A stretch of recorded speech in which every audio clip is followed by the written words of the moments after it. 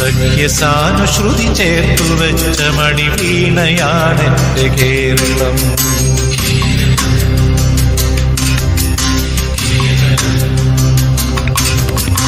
നീലസാഗരമതിന്റെ തന്ത്രിയിലുണർത്തിടുന്നു സ്വരസാന്ത്വനം.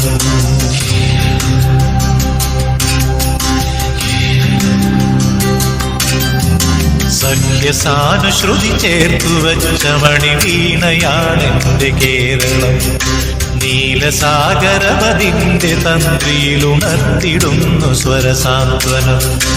ഇളകിയാടുന്ന ഹരിതമേഖലയിൽ അലയിടുന്ന കളനിസ്വനം.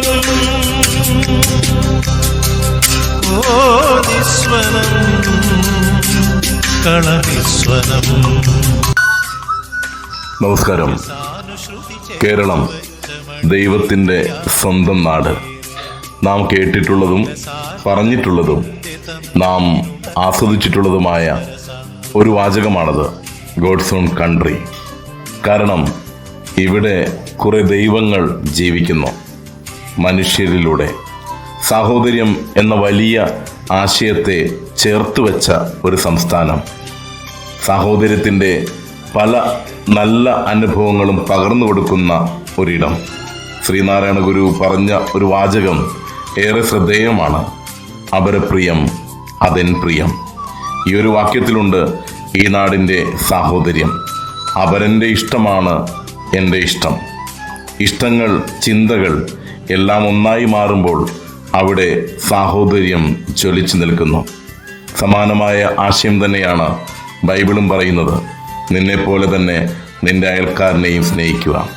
നമ്മിലെ നന്മയും സൗന്ദര്യവും നമ്മിലെ മികവുകളും നാം കണ്ടെത്തുകയും ശേഷം അപരനിലെ മികവുകളും നന്മയും സൗന്ദര്യവും കണ്ടെത്തി അവയെ അംഗീകരിക്കുകയും വളർത്തുകയും ചെയ്യാൻ നാം തയ്യാറാകുമ്പോൾ ഞാനും നീയും ഒന്നാകുന്നു. എന്നിലെ നന്മയും നിന്നിലെ നന്മയും ഒന്നാകുന്നു. അങ്ങനെ നമ്മൾ ഒന്നാകുന്നു. അതുതന്നെയാണ് കേരളത്തിൻ്റെ സാഹോദര്യം. അതുതന്നെയാണ് അദ്വൈതം. രണ്ടല്ല, ഒന്ന് എന്ന ഭാവം. ആധുനിക കേരളത്തിൽ സാഹോദര്യത്തിൻ്റെ ഒരുപാട് അനുഭവങ്ങൾ നാം കണ്ടിട്ടുണ്ട്.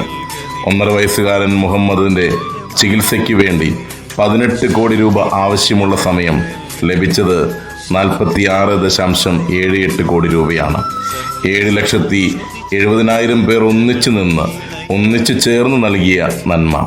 സമാനമായ സഹായം ഖാസിം എന്ന കൊച്ചുകുട്ടിക്ക് ലഭ്യമായി. ലോകത്തിന് നൽകുന്ന പാഠം സാഹോദര്യത്തിൻ്റേത് തന്നെയാണ്. കൂടെയുള്ളവരെ കൈപിടിച്ചുയർത്തുവാൻ കേരളത്തിന് സാധിക്കും. മലയാളികൾക്ക് സാധിക്കുന്നു. ദുരന്തമുഖത്ത് കാവലായി കരുതലായി നിൽക്കുന്ന മലയാളികളുടെ നന്മ, സാഹോദര്യത്തിൻ്റെ നന്മ പാഠങ്ങളല്ലേ നമുക്ക് പകർന്നു നൽകുന്നത്. വയനാട് നെഞ്ചിടിപ്പിൻ്റെ ഒരു ഓർമ്മയായി നമ്മുടെ മനസ്സിലുണ്ട്. അവിടെ കേട്ട കരച്ചിലുകൾ നമ്മുടെ കാതുകളിൽ നിന്നും അകന്നു പോകില്ല. പക്ഷെ വയനാടിനെ വീണ്ടും അതിജീവനത്തിൻ്റെ പാതയിലേക്ക് കൈപിടിച്ചുയർത്തുവാൻ നമ്മൾ ഒത്തുചേർന്നില്ലേ?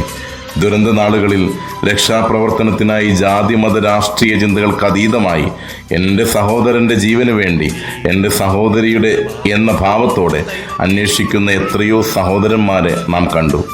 ജീവൻ്റെ ഒരു തുടിപ്പെങ്കിലും ബാക്കിയുണ്ടോ എന്ന് അന്വേഷണത്തിനായി ഇറങ്ങിത്തിരിച്ച എത്രയോ പേരറിയാത്തവർ. ജാതി മതഭേദമന്യേ ഏവരും സോദരതുല്യം വാഴുന്ന മനോഹരമായ ഇടമാണ് നമ്മുടെ കേരളം. അങ്ങനെ ഓരോ മലയാളിയും പകർന്നു നൽകുന്നതും സാഹോദര്യത്തിൻ്റെ വലിയ സന്ദേശമാണ്. സാഹോദര്യത്തിൽ ലയിച്ചു ചേർന്ന അനുഭവമാണ് സ്നേഹാനുഭവം. സ്നേഹത്തിൽ നിന്നുദിക്കുന്ന ലോകം സ്നേഹത്താൽ വൃദ്ധി തേടുന്നു. സ്നേഹം താൻ ശക്തി ജഗത്തിൻ, സ്നേഹം താൻ ആനന്ദമാക്കും. സ്നേഹം നരകത്തിൻ ദ്വീപിൽ സ്വർഗഗേഹം പണിയും പടുത്വം. ഇവിടെ സ്നേഹമുണ്ട്, ഇവിടെ സാഹോദര്യമുണ്ട്, ഇവിടെ കൂട്ടായ്മയുണ്ട്. അതുകൊണ്ട് തന്നെയാണ് കേരളം ദൈവത്തിൻ്റെ സ്വന്തം നാട് എന്ന് പറയുന്നത്. പ്രകൃതിയുടെ സൗന്ദര്യം ആവോളമുള്ള ഒരു നാട്. അവിടെ മനുഷ്യൻ്റെ ദൈവികമായ ചൈതന്യം കൂട്ടായ്മയിലൂടെ, പ്രവർത്തനങ്ങളിലൂടെ, മതിൽക്കെട്ടുകളില്ലാതെയുള്ള പ്രവർത്തനങ്ങളിലൂടെ നിലനിൽക്കുമ്പോൾ, കേരളപ്പിറവിയുടെ ആഘോഷത്തിൽ നാം ആയിരിക്കുമ്പോൾ അഭിമാനത്തോടെ നമുക്ക് പറയുവാൻ സാധിക്കും, നാം ഓരോരുത്തരും കേരളീയരാണ്, നാം ഓരോരുത്തരും മലയാളികളാണ്. ഏവർക്കും കേരളപ്പിറവിയുടെ എല്ലാവിധ ആശംസകളും ഒരുപാട് സ്നേഹത്തോടെ നേരുന്നു. സഖ്യസാനുശ്രുതി ചേർത്തുവരൂ